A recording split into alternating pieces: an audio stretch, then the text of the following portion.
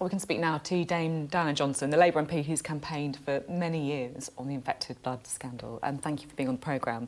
I just want to start because we've had a bit of breaking news in from Amanda Pritchard, who is the Chief Executive of NHS England, who says the Prime Minister has apologised on behalf of successive government and the entire British state. She then says, I want to do the same on behalf of the NHS in England now and over previous decades. Do you welcome that apology?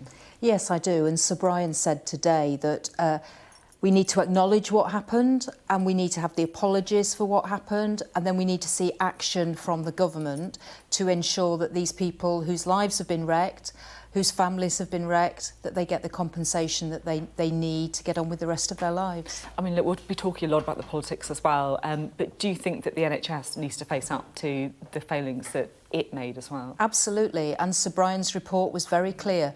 There were failures at the level of the doctor, at the level of the NHS, and of course at government level. He's very clear, and I think the most upsetting thing for most people is that these tragedies happened. People were infected with hepatitis C, with HIV and other bloodborne viruses, but it's the cover-up. It's the fact that the government and the NHS and the medical establishment for decades said nothing was done wrong. In fact, these people got the best treatment that they could, that the government acted quickly to start to test for hepatitis C when that was a lie. We were one of the last developed nations to actually introduce those tests. Sir Brian read out 23 nations that brought in those tests before we did.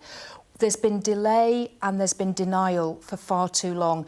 And the key thing about today is we've got the truth. Sir Brian has set out very clearly the truth of what happened. Yeah, it is just, I'll be honest, I'm just staggered by this, to be honest, that it has taken so long. And you hear the stories, it's just completely unbelievable. It is. And I think it's absolutely awful what happened to people, but it is the cover-up as well, which I find just staggering, that government after government were saying nothing was done wrong, when clearly we know over 3,000 people have died, 30,000 people were infected. It is just staggering that in our country, where we believe that the NHS is a body that does good and that looks after its patients, did something so terrible. Ministers were involved and civil servants as well. And there are real questions about whether there's some criminal activity in this and whether the police and the CPS need to look at what happened. Do you think that should get that? Perhaps is something that we should consider? Yes, I do, because I think if you look at the boarding school where boys with haemophilia were educated, we know there children, boys, were being experimented on. Now that is a criminal offence, to experiment on children. There was no consent given by parents, no understanding of what was happening, and doctors were playing God with children's lives. It's extraordinary. Let's talk about the politics. What needs to happen now?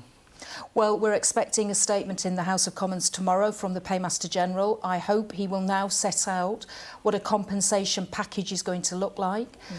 Sir Brian last April said to government, these are my final recommendations on compensation. You need to set up a compensation body and you need to start paying by the end of last year. You also need to pay interim payments to the families who'd lost children, who've never received a penny, and the children who'd lost parents. So we're still waiting for the government to respond to that.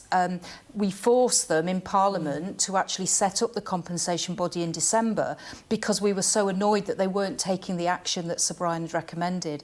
But we still don't have that body up and running. It's not paid any money out yet. So that will be the key ask. When will this be up? When will it be running? And when will people start to receive money? Can I ask you a question that in some ways might be impossible to answer, but why do you think it has taken so long? Do you think it's because people are just trying to cover up mistakes, that they couldn't believe what had happened? Do you think it is because they don't want to face the financial consequences, which could run into billions of pounds? Why? Well, I think there's a bit of everything actually in there. I think there are real issues about the cost, because we are talking about £10 billion now because it's taken so long to get to this point. So I think Treasury were probably very reluctant to actually have the public inquiry in the first place because of that potential liability.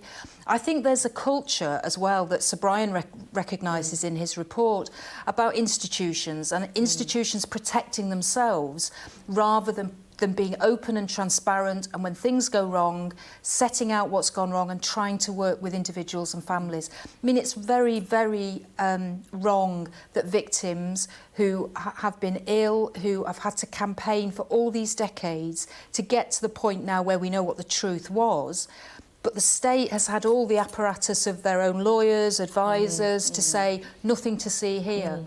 And there are real parallels here with Hillsborough, with the Windrush scandal, with the Horizon scandal. And I hope one of the other recommendations from Sir Brian is that we look at that cultural change of openness and transparency that we need in institutions, and that we don't just close ranks as politicians when things go wrong. I want to ask a bit about your own sort of story, because you've really been campaigning on this. You've been pushing for this for, you know, a long time now. And, you know, I started the programme talking about that little boy, Colin, who I just can't get him out of my head. No. It's just so awful. And I just wanted to know if you wanted to speak a bit about your own journey, about anyone that you've spoken to, or anything that's really stuck in your mind. Well, perhaps if I just talk about Nick Sainsbury. He wasn't my constituent, actually. He lived just outside Hull, but he was a young man who'd gone to the Trelaws boarding school and was a haemophiliac. And he was infected with HIV and hepatitis C. He had to give up work when he was a bit older because he couldn't actually carry on with work because of his health. But he campaigned for decades to try and get justice, to try and find out why that was allowed to happen to him. And to get those answers was really important. He gave evidence to the inquiry, and I read his evidence actually about how this had affected his life. And sadly, he died last year. So he's not here today. He won't know that actually we got the truth now of what happened. We've got some of the answers for him. So Nick sticks in my mind as someone who valiantly battled for all his life to get those answers. And I also want to pay tribute to my own constituent, Glenn Wilkinson, who came to see me at my last surgery before the general election in 2010, told me that he'd been to Hull Royal Infirmary, he'd had a dental operation, he was a mild haemophiliac, and he'd been given infected blood and got hepatitis C, and then how that had affected his life and his family.